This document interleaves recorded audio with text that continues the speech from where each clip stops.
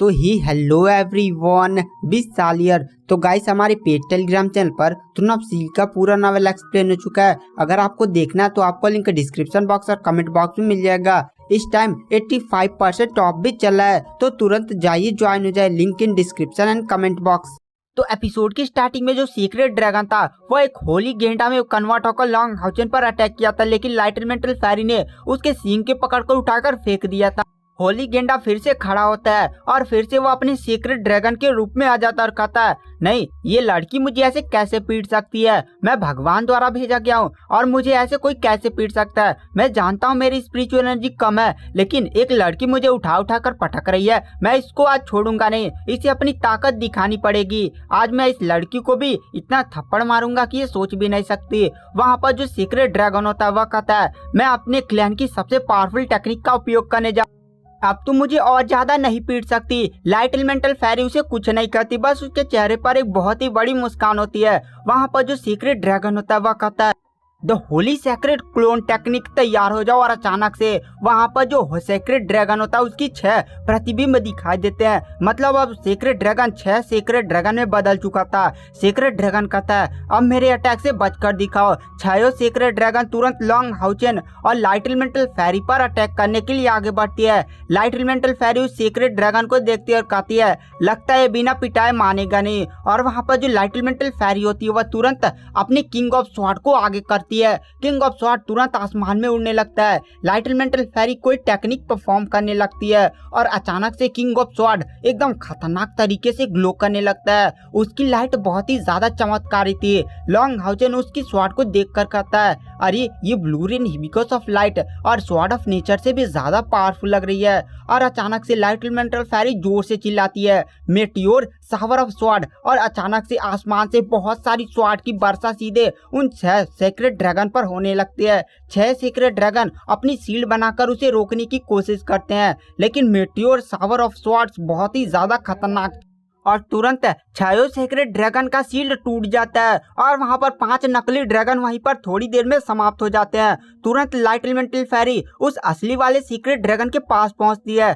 और अपने हाथ में पूरी अपनी डोमेन की पावर को इकट्ठा करती है और तुरंत एक पंच उस सीक्रेट ड्रैगन को मारती है। सीक्रेट ड्रैगन जाकर 1 किलोमीटर दूर गिरता है। सीक्रेट ड्रैगन एकदम कहराते हुए खड़ा होता है और कहता है, बहुत मारा रे, इसने बहुत ही ज्यादा मुझे बुरी तरह के पीट दिया है। उसके बाद हमें दिखाया जाता है जो लाइट एलिमेंटल फेरी होती है वो लॉन्ग हाउचन के पास जाकर खड़ी हो जाती है। लाइट एलिमेंटल फेरी की पावर्स को देखकर काफी ज्यादा शौक था, क्योंकि लॉन्ग हाउचन जानता था कि अगर लाइट एलिमेंटल फेरी इस समय लॉन्ग हाउचन की मदद नहीं करती तो लॉन्ग हाउचन को इस फाइट को जीतने के लिए काफी ज्यादा मशक्कत करने की जरूरत पड़ती है। और जो थर्ड राउंड होने वाला है वो भी लॉन्ग हाउचन को पता था कि एकदम खतरनाक वाली बैटल होगी, जिसमें लॉन्ग हाउचन की स्पिरिचुअल एनर्जी ही नहीं होगी तो वह seal divine throne of eternity and creation का थर्ड राउंड पक्का ही हार जाता।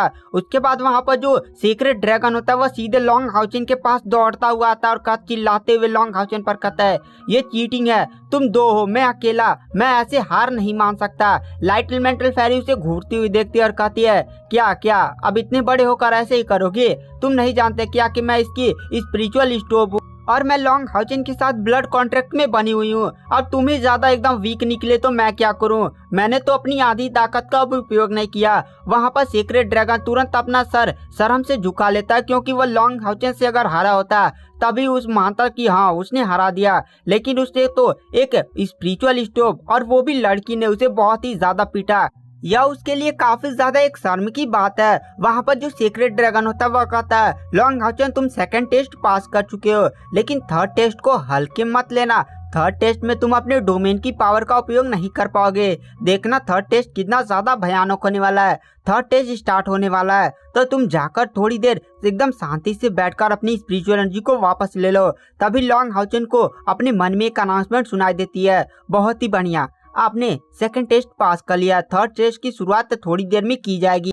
लॉन्ग हाउचन वहां पर तुरंत कल्टीवेशन के लिए बैठ जाता है और अपना हार्ट ऑफ इटर्निटी का उपयोग करते हुए अपनी स्पिरिचुअल एनर्जी को रिकवर करने लगता है। और वहां पर जो सीक्रेट ड्रैगन होता है वह तुरंत ईस्टर्न किंग के पास जाता है। ईस्टर्न किंग सीक्रेट ड्रैगन को देखकर हंसने लगता है। सीक्रेट ड्रैगन कहता है, अरे जाकर तू ही लड़ लेता।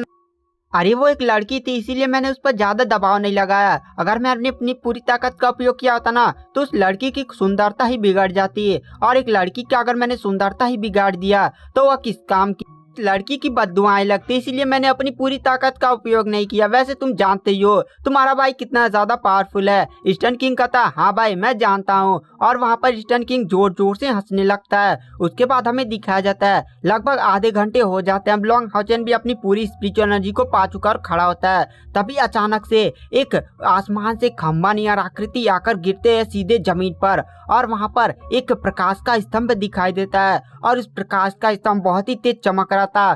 थोड़ी देर बाद वो प्रकाश का स्तंभ थोड़ा सा हटता है, और उस प्रकाश के स्तंभ पर एक लड़की खड़ी हुई दिखाई देती है। उस लड़की को देखकर ईस्टर्न किंग कहता है इटर्नल एंजल, ये तो इटर्नल एंजल है। वहाँ पर वो जल लड़की होती है, उसके 12 पंख थे एकदम लाइट एलिमेंटल फेरी की तरह, लेकिन लाइट एलिमेंटल फेरी का 12 पंख एकदम पारदर्शी थे।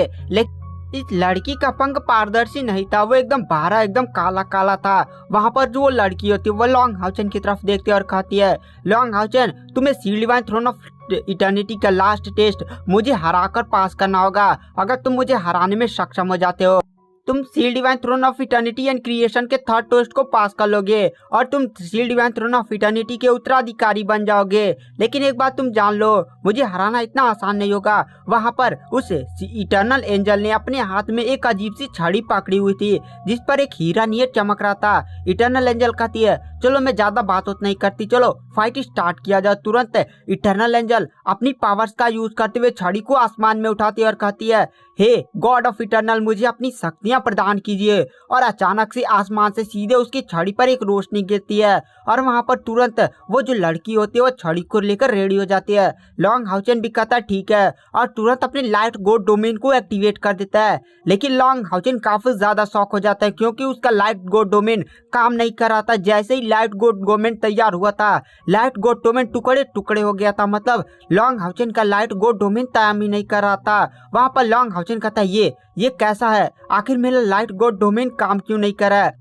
तो वहाँ पर ईस्टर्न किंग सीक्रेट ड्रैगन से पूछता है आखिर भाई ये क्या हो रहा है, आखिर लॉन्ग हाउचेन का लाइट गॉड डोमेन काम क्यों नहीं कर रहा है। लॉन्ग हाउचेन के पास इस समय कोई वीपन भी नहीं है, बिना डोमेन के वो लड़ेगा कैसे। तो वहाँ पर सीक्रेट ड्रैगन कहता है अरे यही तो sealed divine throne of eternity and creation का लास्ट टेस्ट है। ये जो इटर्नल एंजल तुम्हें दिख रही है ना, ये गॉड ऑफ इटर्नल का डोमेन की पावर का उपयोग कर रही है, और इनके डोमेन का नाम है डोमेन ऑफ इटर्निटी। और इस डोमेन की सबसे बड़ी खासियत जानते हो क्या है, ये सामने वाले अपोनेंट के डोमेन को काम करना बंद करवा देता है। लॉन्ग हाउचेन का डोमेन बहुत ही ज्यादा प्योर है, लेकिन वो अभी एक गॉड के डोमेन की बराबरी नहीं कर सकता, जिसके कारण उसका डोमेन तुरंत यहाँ से हट गया।